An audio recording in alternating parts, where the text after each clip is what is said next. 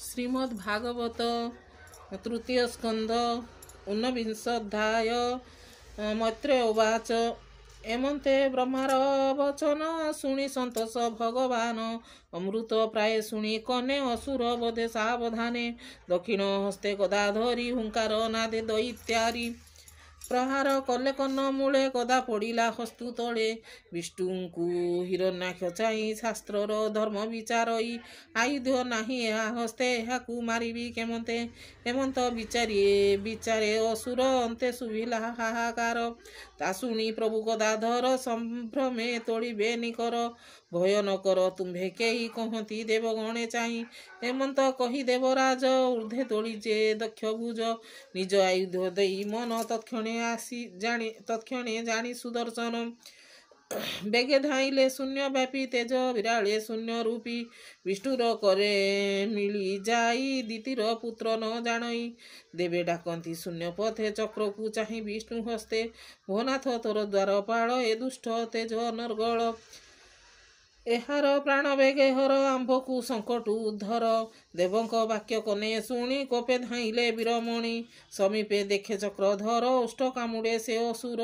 ନିଶ୍ୱାସ ଖର ତର ବହେ କୋପେ କମ୍ପଇ ତାର ଦେହେ କରାଳ ଦିଶେ ତା ବଦନ ନୟନୁ ପ୍ରକାଶେ ବହନ ଦହିବା ପ୍ରାୟ 10 ଦିଶେ ବେଗେ ଧାଇ ମହାରସେ ଡାକଇ ପୁରିଲା ତ କାଳ ମଗଦା ପ୍ରହାର ସମ୍ବାଳ ଏମନ୍ତ କଇ କୋପ ଭରେ ପିଟିଲା ବିଷ୍ଣୁଙ୍କ ଉପରେ ଯଜ୍ଞ ଶୁକର ଭଗବାନ ଶତ୍ରୁର ପ୍ରହାର ଦେଖିଣ ବାମ ପାଦରେ ସମ୍ଭାଳିଲେ ଶତ୍ରୁର ପ୍ରହାରୁ ବଞ୍ଚିଲେ ପୁଣି କହିଲେ ଭଗବାନ ମୋତେ ତୁ ଜାଣିବୁ ହିରଣ୍ୟ ପୁରୀ ତାସ ଗଦା ହସ୍ତଧର ମୋର ମୋହ ସଙ୍ଗରେ ଯୁଦ୍ଧ କର ଏହା ଶୁଣି ନ ରକ୍ଷ ବୀର ପ୍ରହାରେ ଗଦା ଅନ୍ତରାଳ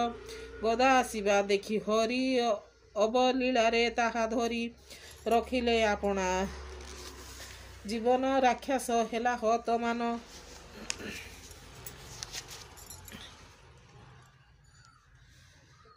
ଗଦା ଯାଚନ୍ତେ ଭଗବାନ ନନେଲା ରାକ୍ଷସ ଦୁର୍ଜନ ସୁକ ଶୂଳ ଯେ ନେଲା ମହାରୋଷେ ଅଳ୍ପ ଦହନ ପ୍ରାୟ ଦିଶେ ଚକ୍ରରେ ଛେଦିଲେ ତ୍ରିଶୂଳ ତାହା ଦେଖିଲା ରକ୍ଷବୀର ତ୍ରିଶୂଳ ଭଗ୍ନ ଦେଖି ରୋଷେ ବେକେ ମିଳିଲା ବିଷ୍ଣୁ ପାଶେ ମୁଷ୍ଟି ଉଚାରି ବ୍ରଜ ପ୍ରାୟ ପ୍ରହାରେ ଯଜ୍ଞ ରୂପୀ ଦେହେ ମାୟାବୀ ଦୃଷ୍ଟ ହିରଣ୍ୟାକ୍ଷ ଶରୀର ଗଲା ଅନ୍ତରିକ୍ଷ କେହି ନ ଦେଖେ କେଣେ ଗଲା ଅଦ୍ଭୁତେ ଶବଦ ଶୁଭିଲା ତାର ପ୍ରକାଶେ ପଦ୍ମମୁଖ ସ୍ୱଭାବେ ହୋଇଲେ ବିମୁଖ ଯୁଦ୍ଧକୁ ପଶୁ ମେଘ ଜେନେ ପ୍ରହାରେ ଦୁଃଖ ନାହିଁ ମନେ ପୁଣି କ୍ଷଣକେ ମହାରୋଷେ ଅସୁର ମିଳି ବିଷ୍ଣୁ ପାଶେ ମାୟା ସର୍ଜିଲା ପ୍ରମିତେ ଶ୍ରୀ ମାୟାଧରର ଅଗ୍ରତେ ସେ ମାୟା ଦେଖି ଦେବ ଜନେ ହସ୍ତ ଆଚ୍ଛାଦିଲେ ଲୋଚନେ ଶରୀର କମ୍ପେ ମହାଭୟେ ଶୁଣିଲେ ପ୍ରଳୟର ପ୍ରାୟେ ପ୍ରଚଣ୍ଡ ବାତ ବହେ ଖରେ ଶୂନ୍ୟ ପାଷାଣ ବିଷ୍ଣୁ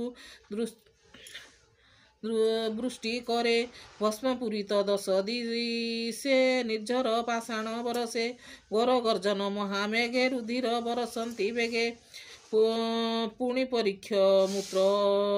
अस्थि प्राणीर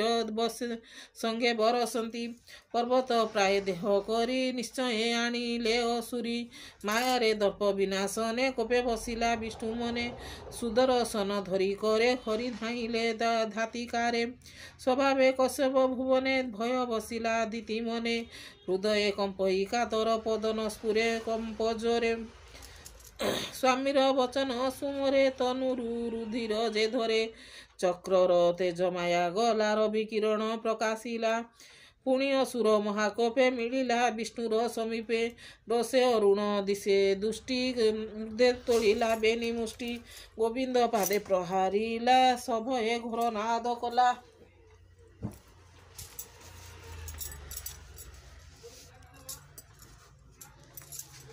घोर गहन माया मार्गे विद्युत स्मरे 10 दिगे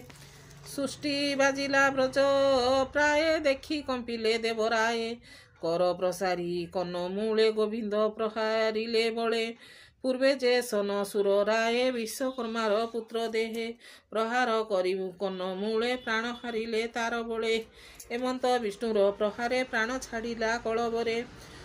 मुष्टि प्रहारे मुंड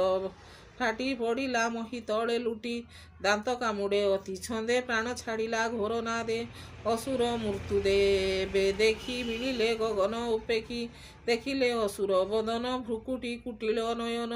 विधाता आदि सुर वृंद करती जय जय नाद कहती धन्य ए असुर विष्णुर हस्ते गला मार एमंते के पाई मरण मायारे कला घोर रण धने जीवन हार ब्राह्मण सापु कला पार पुणी होइब जन्म दुई एमंत कही विष्णु चाही ब्रह्मादि देव कर जोड़ी गोविंद चरण रे पड़ी देवाउचु नमस्ते जय यज्ञ जंतु तो अवतार भक्त हेतु आंबरी पाई भगवान ए दुष्ट कलु तु निधन तोर प्रसन्ने जगन्नाथ आंबे जे होइलु निश्चित तोर संसार पाल एबे मत कही सर्व देवे आनंदे गले निज पुर सुमने शुण हे विदुर मैत्री उवाच ए महा हिरण्याक्ष मारी यज्ञ बराह रूप धरी निज भुवने हरि गले उत्सवे परम मंगले ब्रह्मादि देव कले स्तुति निज भुवने लक्ष्मीपति भक्त उधारी महारोषे मिलिले कमलार पासे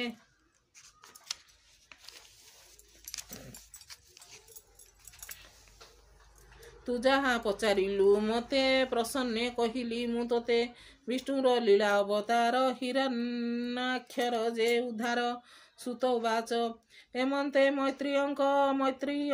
बाणी विदुर सावधाने शुणी परमानंद खेल लीला ताकने शुणी नुरूप बड़ा आनंदे शुण एक मेले नाना प्रकारे भुवने आनंदे शुण एक मने नाना प्रकारे भुवने ताहांक जस कन्ने शुणी भवसागर उतरे पाणी कृष्णर गुण अवतार करे अमृत रस सार शुणिबा जने कन्न द्वारे किंपा न तरिबे संसारे वनस्थ गज जले पशि कर पखाल तेण आसी जले तो तरन्ते पद्म बने कुंभीर ग्रासन्ते तत्क्षणे चरणे न पारिला आणी अनेक हस्ती ताकु टाणी न पारी होइला विषाद चित्ते चिंतिले विष्णु पाद तत्क्षणे प्रभु चक्र फाणी गजे रखिले ग्राह हाणी तार चरणे मुनि वृंद नाना प्रकारे जोग तार चरणे मुनि वृंदे नाना प्रकार जोग साधे अभय पाद जे मिलती जे जन नाना भावे चिंती एभे हो शुण परीक्षित अमृत रस भागवत शुकर रूपे नारायण कले पालन संहारण धरणी उद्धारिले दान्ते क्रीडा विहरे जगते एकथा श्रवण कीर्तन क्षणे बंचती जेउ जन ब्राह्मण बध करिथिले दोष न लागे ताकु भले ए पुण्य जस हरि कथा धन आयुध मुख्य दाता प्राण इंद्रिय सुख भावे दुर्गति दुष्ट बुद्धि देवे भाषा प्रबंधे भागवत कहिले विप्र जगन्नाथ इति श्रीमद्भागवते महापुराणे परमहंस संहिताये 82 तृतीय स्कंदे हिरण्यक्ष वध करणे नाम 19 अध्याय।